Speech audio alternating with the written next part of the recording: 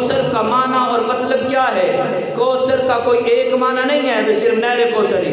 کوثر کے علماء مفسرین نے 32 معنی لکھے ہیں۔ کتنے؟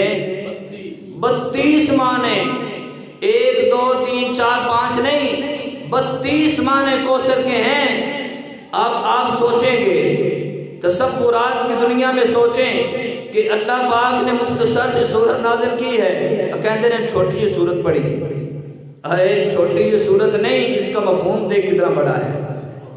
یہ کوثر، اس کے معنی 32 ہیں، لیکن وقت نہیں ہے، مختصر کروں گا۔ چند معنی آج آپ کو اس آج کے خطبے میں ملیں گے، ان کا مطلب ہی اگر پورا ہو جائے آج خطبے میں تو بڑی بات ہے۔ ایک معنی کوثر کا، آتیناک الکوثر، ہم نے اے میرے نبی آپ کو علم کثیر دیا ہے، انا آتیناک الکوثر۔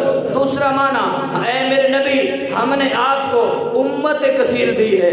تیسرا معنی، آتیناک الکوثر، اے میرے نبی ہم نے آپ کو خیر کثیر دیا، بھلائیاں بہت زیادہ دی ہیں۔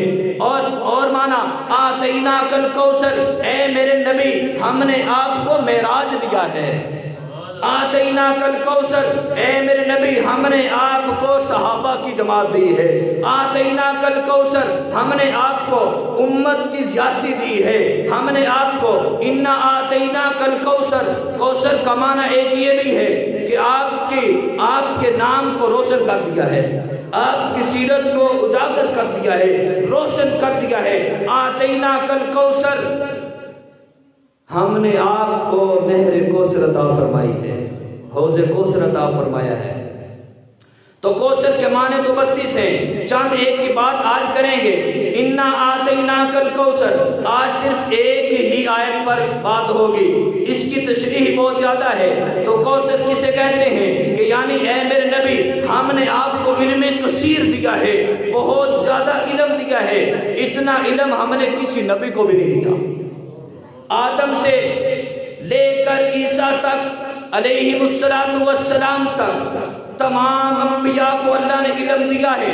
تمام انبیاء کو علم اتنا دیا ہوتا ہے کہ اس علاقے کے اندر، اس دور کے اندر کسی کو اللہ پاک اتنا علم نہیں دیتے جتنا نبی کو اللہ علم دیتے ہیں۔ تو سب سے زیادہ اس دور کے اندر اس نبی کو علم ہوتا ہے جو وقت کا نبی ہوتا ہے۔ آدم علیہ السلام کے بارے میں اللہ قرآن میں کہتے ہیں وَعَلَّمَ آدَمَ الْأَسْمَاءَ كُلَّهَا، اللہ نے آدم علیہ السلام کو تمام چیزوں کے نام یاد کروا دیے۔ وہ واقعہ بھی آپ نے سنا، میں نے